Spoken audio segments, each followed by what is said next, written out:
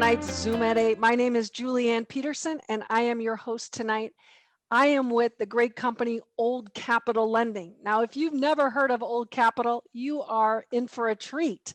Old Capital does multifamily financing, and we do it not only in the great state of Texas, where we started 36 years ago, but nationwide. So if you are looking at any asset, 5 or more, $1 million, although we are starting to look at smaller bridge lending, I'd love to have the opportunity to take a look at it.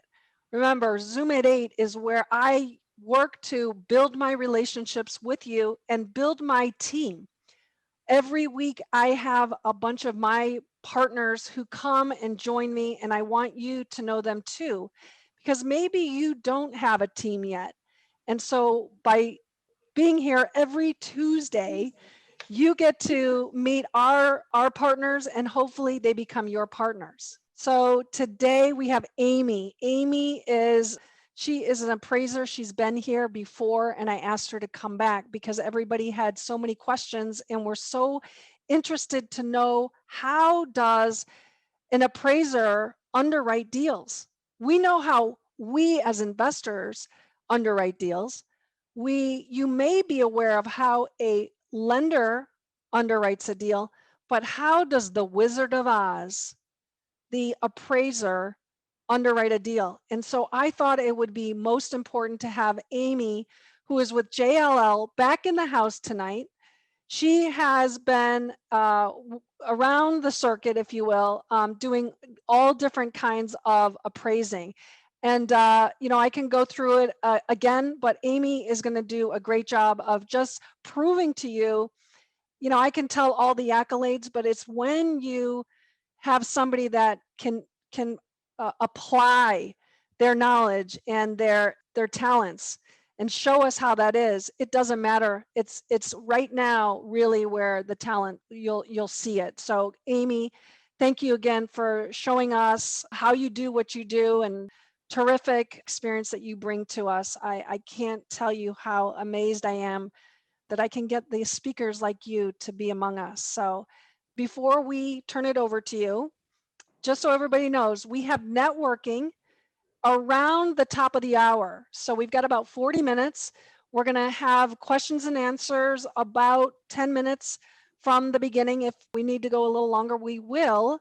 But please take a look at the view. If you could bring the speaker view, we'll give all of our attention, not to Dorian, who's looking at you right now, but to Aimee when she finally says hello. We'll get your picture up here. And also, if you're new, you can also take the chat with you. I have participants. No, I'm not going to participants, but I'm going to the chat. Before you leave, if you need to leave early, go to the chat, open it up, and there's 3 dots on the right-hand side. Save chat is at the top of the pick list, and then you can take it with you. So that is something great, so you can make contact with others in the group. And then lastly, I do want to make sure that everybody knows that the way that we work is we build our network here. I can only tell you that people tell me this is the greatest Zoom call because we've got some really valuable people within our rooms. So bring your investors, have them come join us, and maybe there's something that they too can bring to us as a valuable asset as well. So Aimee, without further ado, I welcome you to, again, Zoom at 8. Awesome. Thanks, Julie. I'm so glad to be here. So today I thought I would walk you guys through a deal that we worked on. We'll have to keep it completely confidential. That's how appraising works. I promise when we look at your deal, we keep it confidential too. So I won't be able to reference any names or get into some specifics. But if you have questions as I go through this, please feel free to chime in and ask. I want to focus on the areas of this analysis that feel the most fuzzy to you guys and try to pull back that curtain a little bit and let you guys see the mind of the appraiser and how we work and how we think about these deals and how we come to our conclusions. So please chime in if you have questions. That said, I'm going to share some slides with you because it would be very mystifying if I tried to explain all of this verbally. So I'm going to go ahead and share my screen here really quickly. Here we go. All right, so I'm just going to throw this up. Can everybody see that properly? Yep. Excellent. That is me, Aimee Morgan, and you're about to Yes. see the secrets behind how your appraiser values your property. All right, so the first thing, really what we're going to walk through here is building what we appraisers call the direct cap. And the reason that we call it the direct cap is because it is the direct capitalization approach to value. It is an income approach to value. I talked a little bit last time about the different approaches to value that appraisers consider when we're appraising properties, and that the most important is the income approach. So that's exactly what we're going to go through here today. It's the income approach to value. You're about to see it right here. So it starts with estimating potential gross income. And what that means is market rents or anticipated rental income at the property. Then we reduce that rental income by economic vacancy, which is loss to lease and concessions. We'll talk a little bit about those concepts. We then reduce that again by physical vacancy, which is just that. If you got 100 units and 98 are occupied, then your physical occupancy is 98%. And then credit loss, which I'm sure most of you are familiar with, that's your, rent write-offs, rent that's uncollectible. We then add in other income, utility income, which a lot of people call RUBS income, stands for Ratio Utility Billing System, and any parking income. So any other income that's not rental income, we add that in at the end. And the results of all of that is what we call effective gross income. So that's essentially your net income before any of the operating expenses. Then we reduce that by the expenses, which we'll talk about. That's how we get net operating income. And net operating income is an important concept to understand from an appraisal perspective, because what that means is operating income for the property. It does not include business operating expenses, things like your ongoing legal fees or business entity fees that you might pay, distributions to different sources of equity. It doesn't consider debt service or your loan payments. This is all before all of that. All of those things that I just described are considered what we call below the line expenses. And those are ownership specific expenses. So all we're talking about here is expenses that have to do with running the property. And that's how we get to net operating income. Then in order to estimate a value for the property, we take that net operating income, we divide it by a capitalization rate, which I bet you are all familiar with the term cap rate. And the result of that basic math is the value estimate.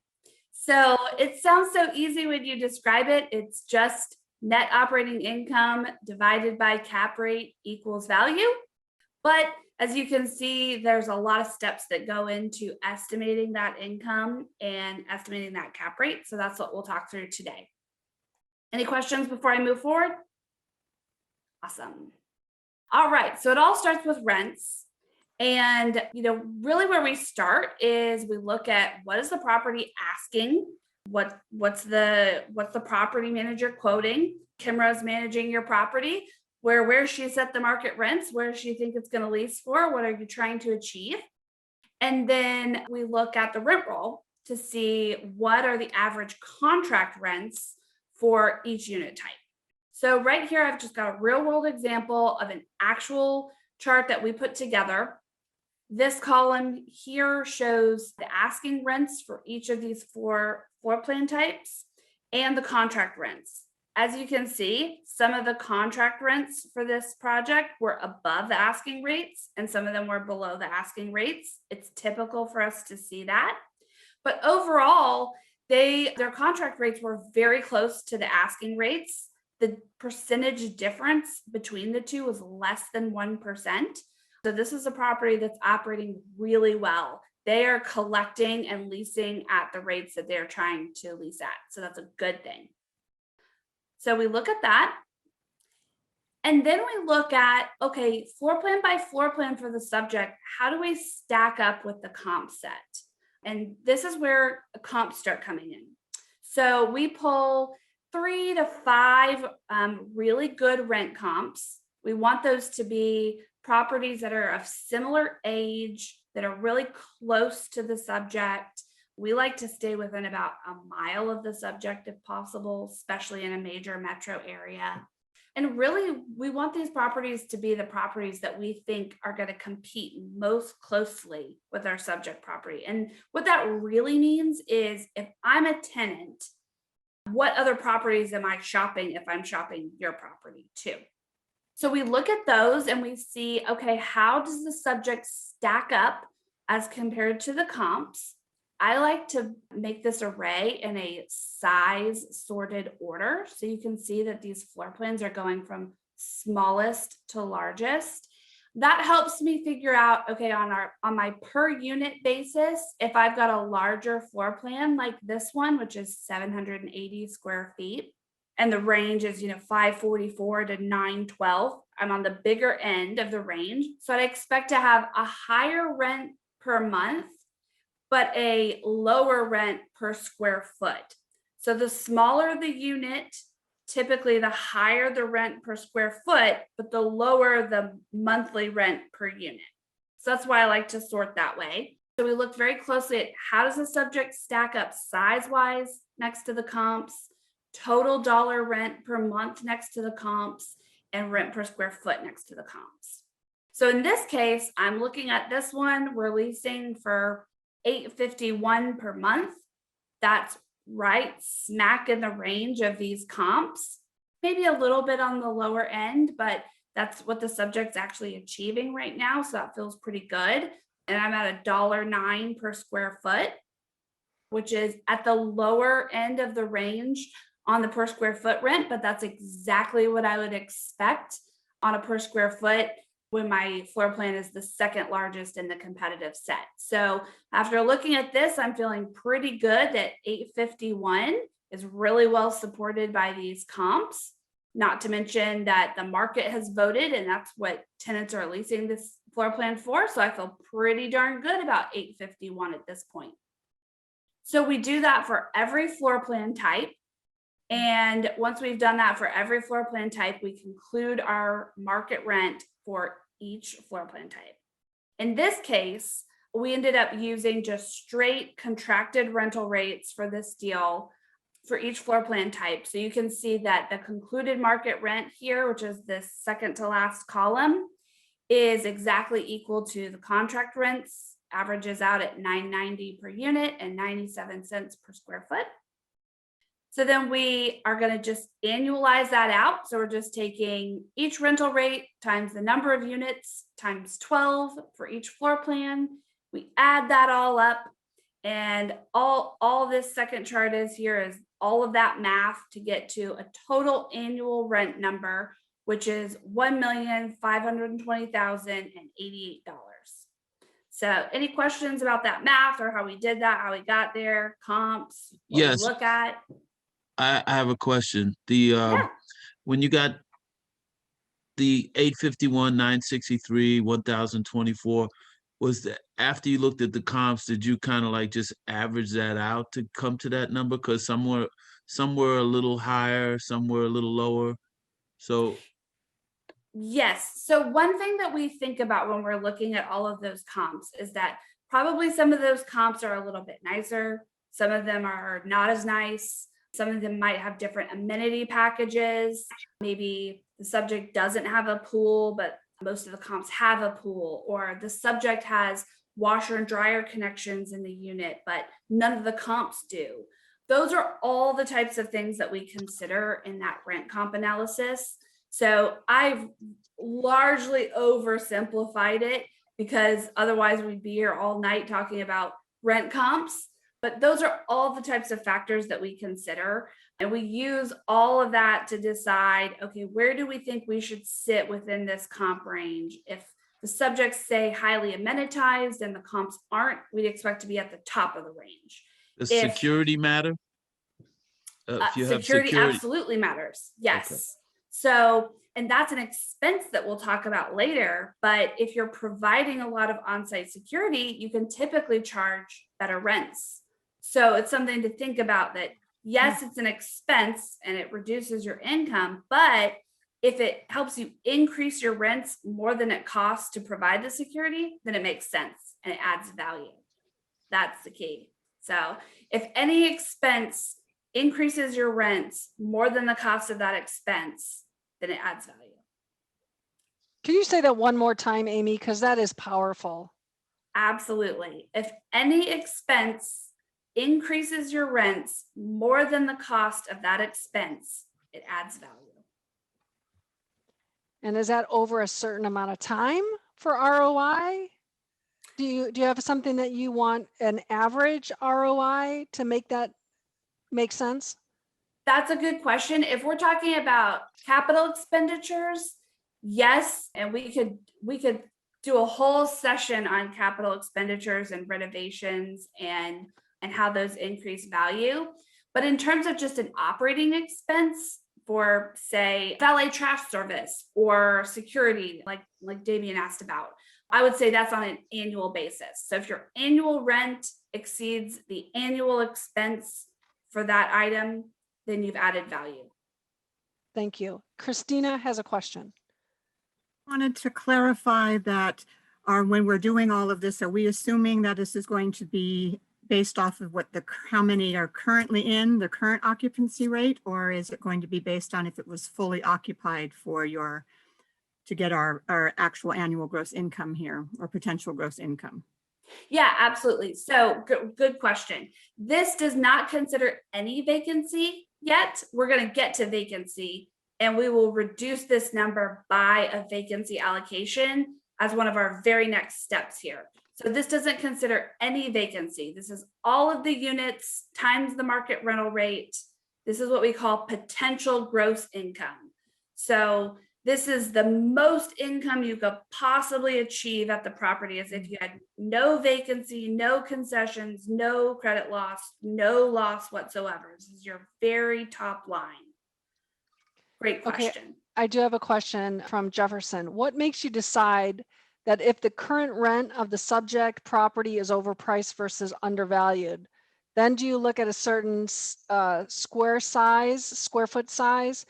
For example, it should be within 50 to 100 square feet difference to make it comparable property to that unit type?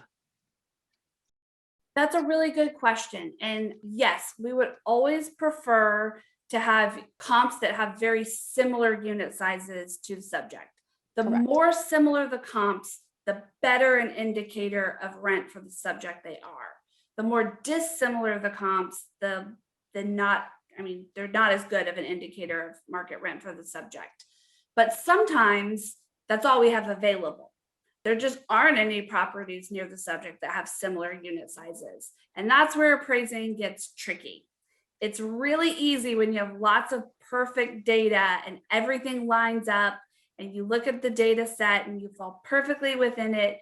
And it's very easy to conclude market rent. The real skill of appraising and valuing is knowing what to do when you don't have a perfect comp set, you don't have perfect data. And that's really the real world, is we never have perfect data. We never have a perfect comp set. And so that's where our expertise and our knowledge really comes in. And the appraisers on my team exclusively appraise apartment properties. And for that reason, they're very skilled at being able to look at a comp set, look at what a property is charging and achieving for rent, and determine what's the appropriate rent level for this property. And there's, as I touched on, there's a lot of factors that go into that.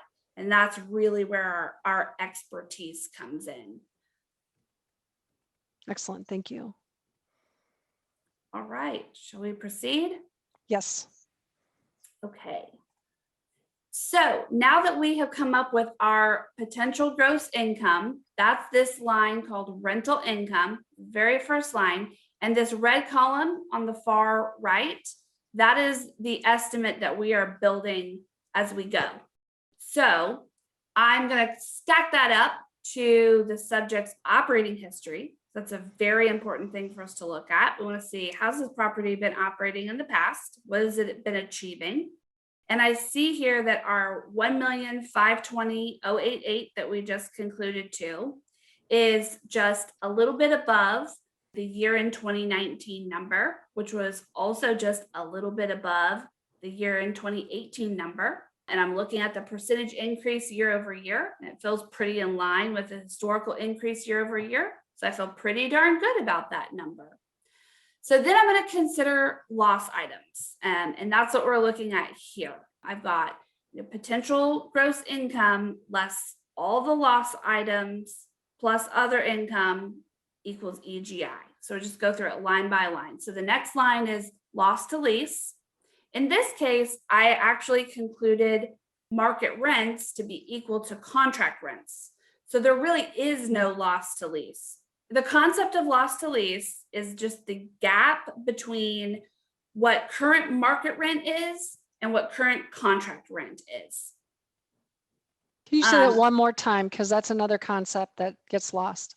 Absolutely. Loss to lease is simply the gap between what current market rent is and what current contract rates are.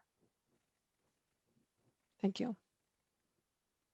So we think about, should there be some appropriate deduction for that? If we have projected our market rents 5 or 6% above contract rents, we might want to reduce it by 3 or 4% loss to lease on a pro forma basis. So now what we're building here is a pro forma. That's a forward-looking year. So when you're looking at OMs, you'll often see a lot of historical operating statements, just like what you're about to see here. And then you'll see what the broker calls pro forma. And that is the broker's forward-looking projection for the property. And that's exactly what we're building here. We're building our pro forma. So in this case, we're going to build out our forward-looking rent by just using current contract rates because they've been rising and rising. We feel good about how that stacks up to the historicals. They have barely any concessions historically. Concessions are your things like move-in specials, free rent upfront, discounted rental rates, gift cards, anything that you're giving to a tenant of monetary value, whether that's a discounted rent or a gift card or anything like that. That's a concession. It's an expense that's reducing your rent in order to entice the tenant to lease. This property has been performing really well. It has very, very little concessions in 2018 and 2019.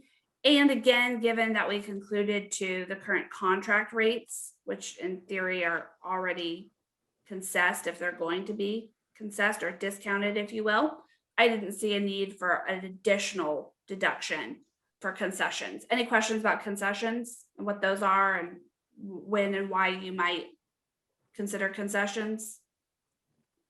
I think we're good. Are those, And then can I ask one? real Oops. quick? Are those only considering ones for move-in for rent, or if there's ongoing, if there's like renewals or anything like that, is that also counted in concessions? correct. Yes. If you do a renewal discount, that's also a concession. Just because they're not a new tenant, if you're giving them any kind of rent discount, that's a concession. Okay. Yep. So renewal concessions, new lease concessions, even if they're ongoing, if it's say the market rent's $450, but you're giving them $50 a month off, then that's a $50 a month concession. And that's an expense. So, yep, that's how concessions work. They can be ongoing, they can be upfront, they can be one time, they can be on renewal. It's anything that any concession that you give to a tenant to continue or begin their lease. And then we'll reduce our rent number, which is we're still at 1,520,088. So we didn't pull out any loss to lease or concessions in this instance. Then we'll reduce that number by physical vacancy. So this was Christina's question. Where do we start considering vacancy? And here's where vacancy comes out. So in this case, we surveyed the comps the rent comps, we survey the market, we look at the submarket, we look at how the subject's been performing historically on vacancy. We consider a lot of different things. We consider supply and demand and where the market thinks vacancy is going in the future. And we conclude to a reasonable vacancy allocation. So in this case, the property has been performing really well. We felt like a 5% vacancy allocation was appropriate. That's what we used. Same thing with bad debt. We think about the market. We think about what do buyers typically project? What do market participants project typical, bad debt to be or credit loss to be? We look at what the subject's been experiencing historically, and we conclude to something reasonable. In this case, the subject didn't report any bad debt historically. That doesn't mean that they didn't have it. It probably just means that they put it in some different category. It wasn't called bad debt. It's probably in vacancy or concessions or somewhere else. Typically, we would always have some sort of allocation for bad debt. But in this case, it doesn't look like they've had a lot. So we just used 0.5% for bad debt, which is not very much. So that's how we got the 76,004 is just 5% of 1,520,088. And bad debt at 7,600, that's just 0.5% of 1,520,088. Then we add in expense reimbursements, which would be utility or RUBS income. So if you're billing back water or sewer, if you're collecting a flat fee for trash, if you're collecting a flat fee for water or sewer, if your electricity is master metered and you're doing a ratio utility billing system to the tenants for electricity expense, that would be income that you would report here. So any income that's associated with just recouping any utility expense. Typically, to come up with that, we look at what's the property been doing historically, what's realistic for them to achieve in the future. Of course, we never want to project a utility income number that's way above the actual utility expense. That's not legal in most states to collect more utility income than the utilities actually cost you. That's just making a profit on utilities. And so we'll want to make sure that that makes sense. But in this case, the property had about 120K in 18 for this income item. They had almost 100 in 2019 for this item. Based on income trends going forward and utility expenses typically rising, we projected this at 125,000. So a little bit above the historical amounts to account for rising utility rates. And then other income is just that. It's things like pet fees, late fees, income that you're collecting for damages or move out cleaning or like clubhouse rental fees. Any fee that you're charging on top of rent would be other income. This could be parking income. Sometimes there's so much parking income, we break that out separately. But any other fee that you're charging on top of rent, that goes into this other income. Again, we consider strongly what the property has been doing historically. So in this case, we have a pretty good trend of 70,000 to 76,000 or 77,000. So with 80,000 on our forward-looking pro forma, we expect that to keep growing. And that gets us to our EGI estimate, or effective gross income. And this is our last line of income. And this is just simple addition. It's the 1,520,088 minus vacancy, minus bad debt, plus expense reimbursements, plus other income equals 1,641,483. I'm looking at that compared to the historical years. I see that 18 to 19 saw some pretty good EGI growth. And with my 1,641,000, I'm mirroring that same EGI growth on the pro forma year. So it looks like everything shook out just like I would have wanted it to. That feels very reasonable to me. So I feel like I'm ready to move on to expenses. Any questions up to this EGI level? I do have a couple questions, and I want to make sure we've got about 10 minutes to try and get through. Otherwise, we're going to have you come back, Aimee. We can do expenses really quick. Okay. All right. Bastian has a question. Is there a difference in rent comp analysis when appraising versus underwriting for investing? That's a good question. I would think not. I would think that if you're underwriting for investing, you want to know what the market value of the property is. You want to know what market rent of the property is. So there really probably shouldn't be too much difference in methodology in terms of collecting and analyzing rent comps. There might be some differences when you're underwriting for investment purposes versus valuing for market value on things like expenses or maybe return rates or cap rate. But in terms of analyzing rent, I wouldn't think so. Right. Jim is asking, is your market rent based on an average in the market, the top rent markets, the top market rents, or the highest rent at that property rent roll?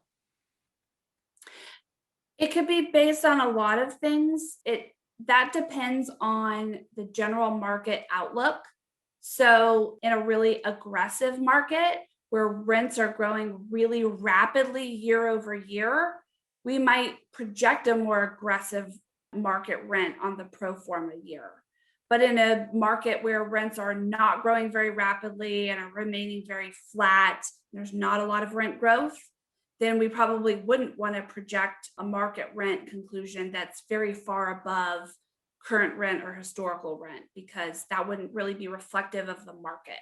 So at the end of the day, the way we project is meant to be a reflection of that particular property and that particular market and how we expect that property to perform. And really what we're doing when we do all of this is we're pretending to be you guys. Because you guys are the ones who are deciding what to pay for different properties. You guys are the ones that are making these decisions and you're building a pro forma just like this and figuring out, what am I going to pay for this property? What's market value? What's it worth to me? So all we're doing is just trying to be the average, the cumulative average of all of you. Excellent. And then the last question before we move on is, how are Section 8 rents viewed in relation to market rent versus contract rent? Oh boy. Well, that gets us into a whole another subject, which is affordable housing. If you're simply talking about Section 8 vouchers, voucher income is just like cash. There's really no difference from an appraisal or valuation standpoint between a Section 8 voucher and cash. It's all income that ends up in the property owner's pocket, and that's all that really matters on those. If we're talking Section 8 rents, like there's a project-based housing assistance payment program or HAP contract program, that's an affordable housing program. There's a whole different methodology of appraising those types of properties. If you have a deal like that, call your friendly appraiser. You need help and we'll help you. All right, let's go. Let's keep going. All right. So next we project out the expenses. We do this line by line for each expense. And this is the chart that we largely use to project out expenses. This very middle column, JLL pro forma, that's where we projected the expenses for this deal.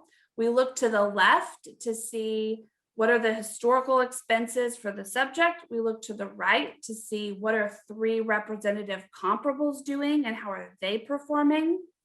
And then we conclude to something reasonable that we feel like is supported by the comps, it's supported by the historical range, it's supported by market norms. And again, it's overall reflective of what we think buyers and market participants are expecting for a property like the subject in the market. So we look at all these on a per unit basis. This looks like a big, mean, scary chart, but really all it is line by line, tax expense, how do we measure up to historicals and the comparables? On insurance, how do we measure up to the historicals and the comparables? Some expenses are a bit more property specific. Some are less property specific. So on expenses that are more property specific, like taxes, insurance, utilities, we would lean more towards the subject's historical amounts. on expenses that are less property specific, like R&M, which is repairs and maintenance, payroll, advertising and marketing, G&A, management fees. All of those are less property specific. We might lean more towards the comparables if the subject feels very high or low compared to the comps. But that is really about it. I mean, we could get into the nuances of each expense, but for time's sake, I will probably try to move on to the next category here. Are there any questions about expenses and how we project expenses that I could cover quickly? Well, Bill asks a question. The term that he thinks is called recasting is when the owner of a building writes off expenses to the building that are not really associated with it. The expenses are recast to remove these expenses from the historical data. Do you recast expenses? Absolutely. That's a great question. I'm really glad that you asked that. Yes. So when we are looking at the historical amounts for each of these expense items, we're given the actual operating histories of these properties, and we go through line by line and we go, okay, automobile. Well, that's the owner's car. So we're going to pull that out. That's not an expense for the property. Okay. Insurance for the property. Yes, that's an expense for the property. Put that in.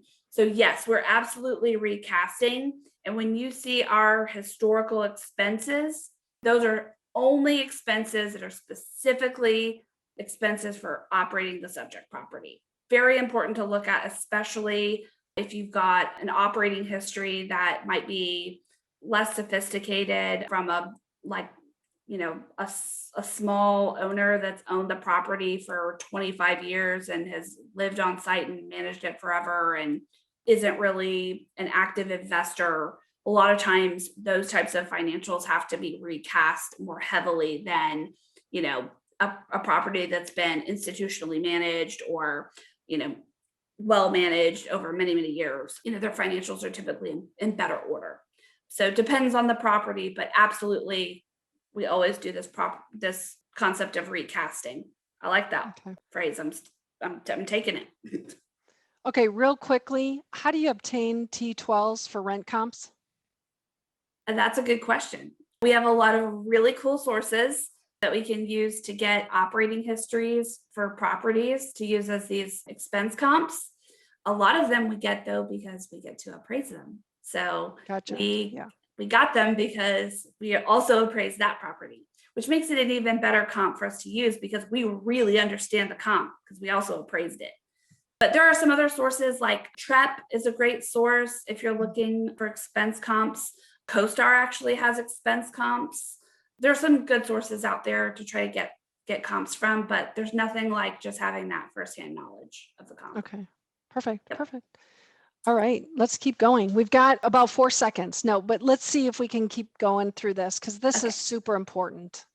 Okay, we can touch on taxes. We talked a little bit about taxes last time, but really the key with taxes is that we want to make a reasonable forecast for taxes that's based on comparables, that's reflective of that jurisdiction and that market and the norms for that market. Again, this is a theme in appraising. We're putting our buyer hat on and we're reflecting what do buyers do in this market. So that's really the important thing about taxes. For the sake of expediency, I will move past that. But any follow-up you guys have about taxes, happy to cover anytime. If you have questions about taxes on a deal, come to Julie. She can always get with me or one of my team or someone who can help you if you're stuck on a deal with taxes. Thank you. Okay, so we've projected our income all the way through the EGI level. We've projected all of our expenses. This is just showing you how those projections were made, annual and per unit basis. That gets us all the way to our net operating income of $795,028 or $62.11 per door. Now we're ready to convert this NOI into value. Yay, the fun part. So we conclude to a reasonable cap rate. And if you missed it last time, 4 sources for concluding to a reasonable cap rate. Sales in the local market, similar sales in the local market. What cap rates do those indicate? investor surveys, fancy calculation called band of investment, which considers mortgage rates and equity return rates expected in the market, blends those all up and turns it into cap rate. And lastly, interviews with market participants. So we talk to people like you, we talk to brokers, we talk to sellers, we talk to lenders, we talk to people who are active in that market, and we find out, what do you think are reasonable cap rates for this type of property? We consider all of that. We consider the risk associated with the property. If there's anything that you can take away about cap rates, it's this: the higher the risk to the property, whether that's risk and of the cash flow, like we feel like the expenses are really light, it might cost more than this to operate it, but this is what the historical says, so we're going to project it there. That's a riskier expense estimate. That would mean you want to use a higher cap rate. So more risk, whether internal or external, or say you're in a declining market, or in a market that's driven by one major employer, that if that employer went away, it would be bad news bears for your property. Anything that's a risk factor means you should use a higher cap rate. Anything that's an upside or that mitigates a risk factor, like we projected the rental income for this deal at contract rates. They may do better than that next year. So that's an upside, that maybe they do better than the income we projected. Or maybe there's a possibility to start charging for parking and we didn't consider the parking income. That's an upside. Anything that's a risk mitigator or an upside would decrease your cap rate estimate. So this is what we talked about a little bit last time with taxes. If you project taxes very conservatively or really high, you could use a lower cap rate. If you project taxes a little bit lower or more aggressively, you'd use a higher cap rate, because there's more risk in the tax estimate if you project it lower. There's less risk if you project it higher. So that's the important thing about cap rates. They're really a lot about risk. And then all we did here was we took our 795,028 divided by 0.06, which is 6%. And that's how we got 13,250,460. And we did all of this, and sure enough, this property was under contract for $13 million. So I brushed my hands and said, boy, I'm good. That sounds pretty good. And that was it. So any questions about this capitalization process and how we convert NOI into value? We had some other questions that came up before. Is this the last part of it, or should we wait to? This is it. Yep. Okay, perfect. So I know Christina had a question. You actually had asked it for me, which was how Okay. do they find the T12s for the comps? Okay, great, perfect. I think there was another one. How does Aimee adjust for differences in regional costs? That's a great question. I prefer to use expense comps that come from that region, or really the same market as the subject property. Even better if they're in the same submarket as the subject property, but that's not always realistic. If we did have to adjust for that, there are some things that we might consider, like some states have a very heavy property tax burden, whereas other states have a much lighter tax burden. So that might be something we want to consider if we're looking at operating expense ratios. But for the most part, we really don't have to adjust for that, because we have really, really good expense comps, and they're all from the same market. Excellent. I love this. And, that's one of the things that people say, that we've got very smart people that come to Zoom at 8. So when you say that's a great question, that really speaks to this Zoom at 8. So I'm glad to hear that you also confirm that. Kim has a question. What percentage of sales price do you approve for your valuation? I want to make sure I understand the question, but if the question is the property is under contract for 13 million, how do we consider that 13 million when we appraise the property? Very minimally do we consider that 13 million, because the whole point of the appraisal is for us to give an independent analysis. So if I could jump Yeah. in, because I asked the question poorly in Yes. writing. This will be real quick, Julie, I promise. Okay. So at the end of that, you said, I washed my hands, I'm good with it. So had it been exactly 100%, the sales price or the loan price been exactly 100% of your valuation, would that still have been okay? Or was it okay because it was slightly, your evaluation was higher than it? Like, I'm trying to get underneath the I'm good with it part. Yeah. So the I'm good with it part means I happen to know on this transaction that the transaction was arm's length, meaning none of the parties were related to each other, knew each other, were buddies or anything like that.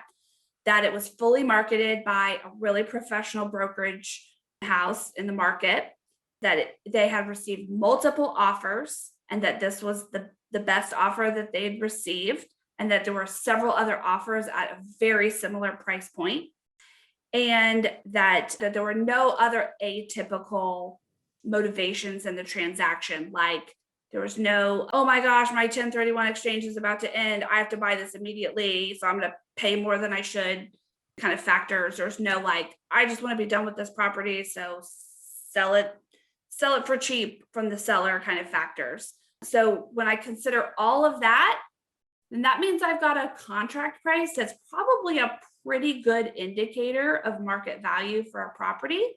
So if I'm coming up with something that's really different from that contract price, I want to feel like I have a really good reason to be different from that contract price before I would move forward and value a property for something meaningfully different than a contract price like that. Now, any of those factors I talked about, if those apply, those would all be reasons to be very different from a contract price, like atypical motivations, a property it's not an arm's length transaction, cousin Bob is buying it from cousin Billy, or it wasn't exposed to the market fully. All of those factors might mean that the market value is different than the contract price. Was that helpful, Kim? Okay. Good. Now listen, we're at our end of our time. Aimee, we could be here all night, and I know that people want to get to networking. So there are a couple questions, and I'll tell you, if you still have questions, if you would put them in the chat, and I'm going to push them over to Aimee, and Aimee, being just so gracious that she is, would you mind if you would give us the answers? And we can push them out into an email, so then people can know that they have their questions have been answered. And then also, if someone else hasn't thought of a question, then there's an answer for you. There was a question. I want to make sure, do you pay attention to the expense ratio at all? A lot of the underwriters look at that from an investor standpoint. We also do from an underwriting standpoint. How about as an appraiser? Yes, absolutely. We do look at expense ratio. So we're looking at expenses per unit, but we're also looking at the overall expense ratio. And we have a very good grasp on what we think expense ratios should be for different vintages, different sizes of properties, different locations. And that's just because we're so active in the market that we get to see a lot of expenses for a lot of different properties every day. We have a really good grasp on those ratios, but we are absolutely looking at the ratio. Yes. Excellent question. So now we've got you back with us. I turned off your sharing. So I want to make sure that, Aimee, you know how special you are and how thankful we are. I know that this was super valuable to all of our attendees, and I just want to thank you for that.